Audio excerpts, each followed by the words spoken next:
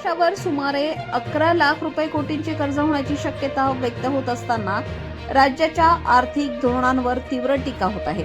राष्ट्रीय किसान मोर्चाचे कार्यकर्ते इलेक्ट्रिक मॅन अभय डी रंगारी यांनी सरकारच्या धोरणांवर जोरदार प्रहार करत हा अर्थसंकल्प म्हणजे छत छिनकर कंबल दान करणारा अर्थसंकल्प असल्याचे म्हटले आहे. रंगारी यांच्या मते निवडणुकीत दिलेली अनेक आश्वासने अद्याप पूर्ण झालेली नाहीत. लोककल्याणकारी योजना आणि वाढीव लाभ कागदावरच असल्याचे दिसून येत असून बोलाचाच भात आणि बोलाचीच कढी अशी परिस्थिती निर्माण झाली आहे. ग्रामीण अर्थव्यवस्था आणि शेतकऱ्यांच्या मूलभूत प्रश्नांकडे पुरेसे लक्ष दिले जात नसल्याचा आरोपही त्यांनी केलाय. राज्याच्या महसुली तुटवडा वाढत असतानाही खर्चही वाढत आहे.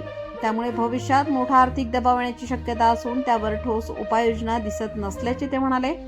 कर्जमाफी योजना असली तरी कठोर अटींमुळे अनेक लहान व मध्यम शेतकरी त्यापासून वंचित राहत आहेत, असा आरोपही त्यांनी केला. याशिवाय शेती उत्पादनासाठी स्थिर आणि योग्य हमी भावाबाबत स्पष्ट धोरण नसल्याने शेतकऱ्यांमध्ये असंतोष वाढत आहे. महाराष्ट्रात दुष्काळाचा प्रश्न गंभीर असतानाही सिंचन प्रकल्पांसाठी अपेक्षित निधी कमी असल्याची टीका त्यांनी केली.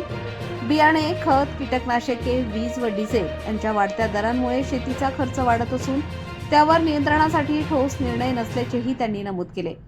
नैसर्गिक आपत्तीमुळे होणाऱ्या नुकसानीसाठी त्वरित आणि पुरेशी भरपाई देणारी मजबूत कायदेशीर व्यवस्था आवश्यक असल्याचे सांगत रंगारी यांनी सरकारवर शेतकऱ्यांना वाऱ्यावर सोडल्याचा आरोप केला.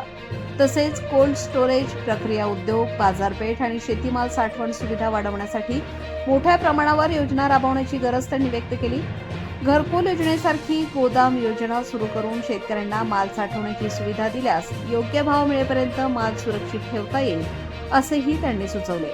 एकंदरीत सध्याचा अर्थसंकल्प हा शेतकरी व ग्रामीण अर्थव्यवस्थेला दिलासा देण्याऐवजी आर्थिक भार वाढवणारा असल्याचा आरोप करत सरकारने तातडीने ठोस निर्णय घ्यावेत, अशी मागणी इलेक्ट्रिक मॅन अभय डी रंगारी यांनी केली आहे. आकाश नंदागवळी, भंडारा जिल्हा प्रमुख, प्रबंधभूमी, महाराष्ट्र.